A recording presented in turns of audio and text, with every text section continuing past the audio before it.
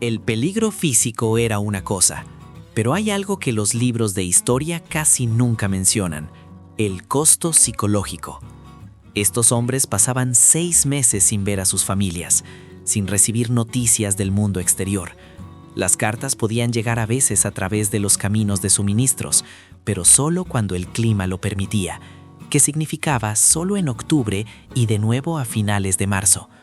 En los 4 meses en medio, silencio total. No sabían si sus hijos estaban enfermos, no sabían si sus padres habían muerto, no sabían nada de nadie. Trabajaban 16 horas al día, dormían en un cuarto con 60 extraños, comían en silencio, y cuando terminaba el día, tenían quizás 2 horas antes de que el agotamiento absoluto los venciera.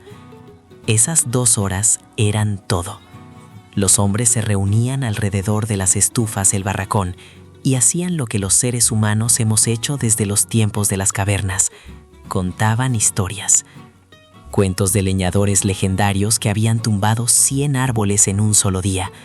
Historias de fantasmas que vagaban por el bosque en las noches de ventisca. Chistes, muchos de ellos tan sucios que no se podían imprimir ni en los periódicos de la época. Supersticiones y señales que los hombres usaban para leer el bosque y el clima. Si alguien en el campamento sabía tocar el violín o la armónica, era tratado con una reverencia que rivalizaba con la del cocinero. Ese hombre era excusado de ciertas tareas, le daban el mejor catre cerca de la estufa y se le trataba con un respeto que no tenía nada que ver con su habilidad para tumbar árboles, porque su música les recordaba que existía un mundo más allá del bosque. Las canciones que tocaban eran canciones de trabajo, canciones de cantina, baladas sobre el amor y la pérdida y la vida dura del hombre que trabaja con las manos. Pero debajo de esa camaradería había tensión constante. Estos hombres eran desconocidos lanzados juntos por necesidad económica. Venían de distintos países, distintas tradiciones, distintas religiones. Inmigrantes escandinavos trabajaban junto a inmigrantes irlandeses, franco-canadienses junto a americanos nativos. Hablaban diferentes idiomas, tenían valores diferentes. Los conflictos eran inevitables. El capataz era juez, jurado y verdugo en todas las disputas. Su autoridad era absoluta. Las peleas se castigaban con expulsión inmediata del campamento, y en enero eso era prácticamente una sentencia de muerte: ser lanzado a la naturaleza sin suministros, con 40 bajo cero afuera. Así que los hombres aprendieron a controlarse, aprendían a alejarse de los insultos, aprendían a guardar su rabia y descargarla en los árboles que la absorbían, golpe tras golpe. Algunos no aguantaban, se iban a mitad de temporada, perdiendo todo su pago, prefiriendo la pobreza a un día más en ese frío. Otros colapsaban mentalmente, volviéndose violentos o quedándose catatónicos. Esos hombres se contenían cuando era necesario y se expulsaban cuando era posible. El campamento no tenía espacio para nadie que no pudiera cargar su peso. Pero la mayoría resistía. Encontraban maneras de sobrevivir al aislamiento, al frío, al peligro, a la repetición interminable de trabajar, dormir, trabajar.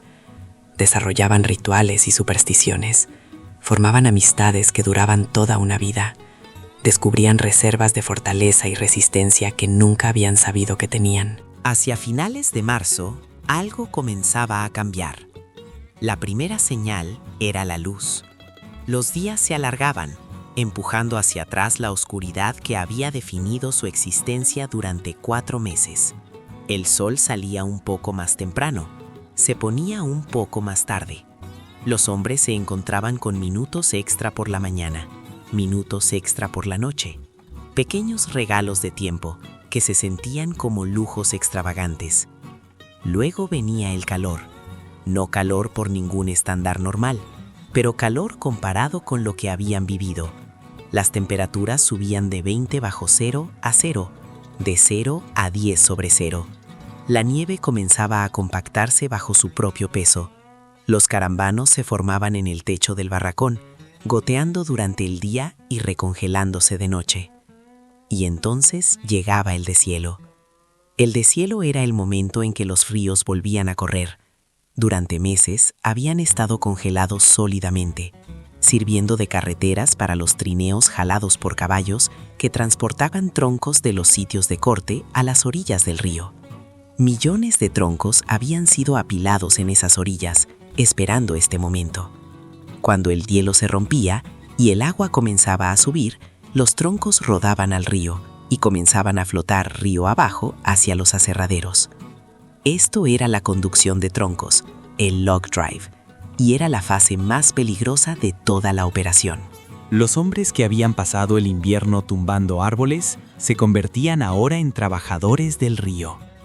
Caminaban sobre los troncos flotantes, usando sus pértigas y ganchos para mantenerlos moviéndose río abajo. Trabajaban en agua que estaba apenas sobre el punto de congelación, saltando de tronco en tronco, cayendo al agua a veces y jalándose hacia afuera antes de que el frío pudiera matarlos. Los atascos podían formarse en segundos. Miles de troncos apilándose contra una roca o una curva del río, creando una masa compacta de madera que detenía todo el flujo. Los hombres tenían que romper el atasco antes de que se volviera permanente.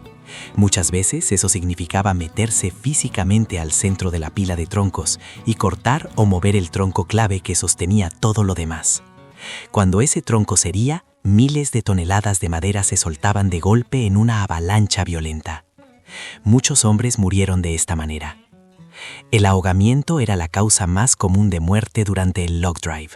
Un hombre que caía al agua y no podía agarrar un tronco era arrastrado río abajo y bajo la masa de madera antes de que alguien pudiera alcanzarlo. Su cuerpo podía no encontrarse en días, si es que se encontraba. La conducción duraba desde 2 semanas hasta 2 meses, dependiendo de la distancia al aserradero y de la cooperación del río. Cuando terminaba, los hombres cobraban su paga y se dispersaban. Algunos regresaban a sus granjas, otros iban a los pueblos a gastar sus ganancias. Unos pocos se quedaban con las empresas madereras, trabajando como cuadrillas de mantenimiento durante el verano. Pero lo que más me impresiona de estos hombres es lo siguiente.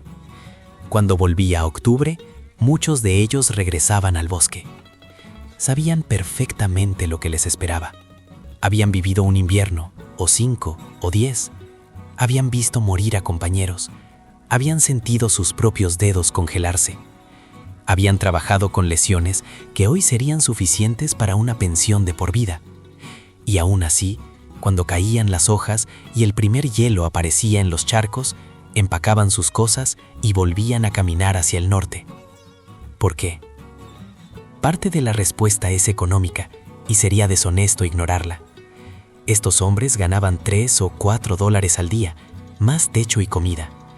En una época donde un peón de granja ganaba 50 centavos diarios y un trabajador de fábrica tal vez $1, eso era dinero real. Suficiente para comprar tierra cuando terminara la temporada. Suficiente para casarse y empezar una familia. Suficiente para construir un futuro. Pero creo que había algo más. Había una comunidad en esos campamentos, tosca e incómoda como era. Los hombres que sobrevivían un invierno juntos formaban lazos que no se podían replicar en la vida civil. Habían compartido algo que nadie más podía entender. El frío, el trabajo, el miedo, los breves momentos de belleza cuando las auroras boreales bailaban en el cielo de enero, o un alce gigante cruzaba el claro de repente, o el sol poniente convertía la nieve en oro puro. Había orgullo en el trabajo mismo. Estos hombres estaban construyendo América. La madera que cortaban se convertía en las casas que albergaban familias en Chicago, Minneapolis y Nueva York. Los rieles que abrieron el oeste estaban puestos sobre durmientes que ellos habían tallado. Los periódicos que informaban a la nación se imprimían en pulpa que ellos habían producido. Era trabajo significativo, visible y tangible, de una manera que pocos trabajos modernos pueden igualar.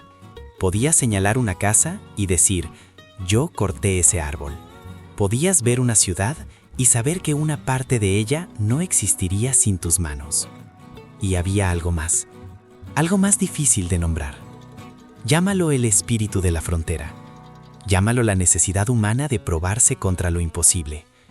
Estos hombres entraban a la naturaleza salvaje y salían de ella. Probaban que podían sobrevivir donde la supervivencia parecía imposible. Y ese conocimiento se quedaba con ellos para siempre. Los cambiaba. Los hacía diferentes de todos los demás. Si estas historias te llegan, si sientes que merecen ser contadas y recordadas, suscríbete. Es la mejor manera de apoyar que sigamos rescatando estas historias del olvido. La era de los grandes campamentos madereros duró aproximadamente 50 años, desde la década de 1870 hasta los años 1920. Para cuando terminó, los bosques vírgenes de la región de los Grandes Lagos estaban prácticamente extintos, talados hasta los tocones. Las empresas madereras se movieron hacia el oeste, a Oregon y Washington, donde aguardaban nuevos bosques.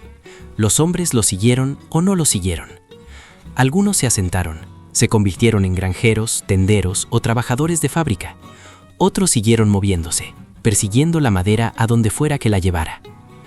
Hoy los bosques han regresado. El bosque de segunda generación cubre gran parte de la tierra que fue arrasada hace un siglo. Los viejos caminos de los leñadores se han desvanecido hasta convertirse en senderos cubiertos de musgo. Los barracones se han desintegrado de vuelta a la tierra. Solo los residentes más ancianos recuerdan los campamentos, y la mayoría de ellos también ya se han ido. Pero el legado permanece. La madera que construyó a América sigue en pie en casas victorianas y apartamentos de ladrillo y granjas por todo el Medio Oeste. Las técnicas desarrolladas en esos bosques congelados todavía se utilizan, modificadas y mecanizadas, pero fundamentalmente las mismas. Y el espíritu de esos hombres, su disposición a soportar lo insoportable en busca de una vida mejor, está tejido en la trama de lo que somos como nación. Les debemos una deuda que nunca podremos pagar. Solo podemos recordarlos. Solo podemos contar su historia. Solo podemos reconocer que el mundo cómodo que habitamos fue construido tronco por tronco congelado, por hombres que sabían que podían no sobrevivir la construcción. Entraron al bosque en octubre, salieron en abril y dejaron atrás un país transformado.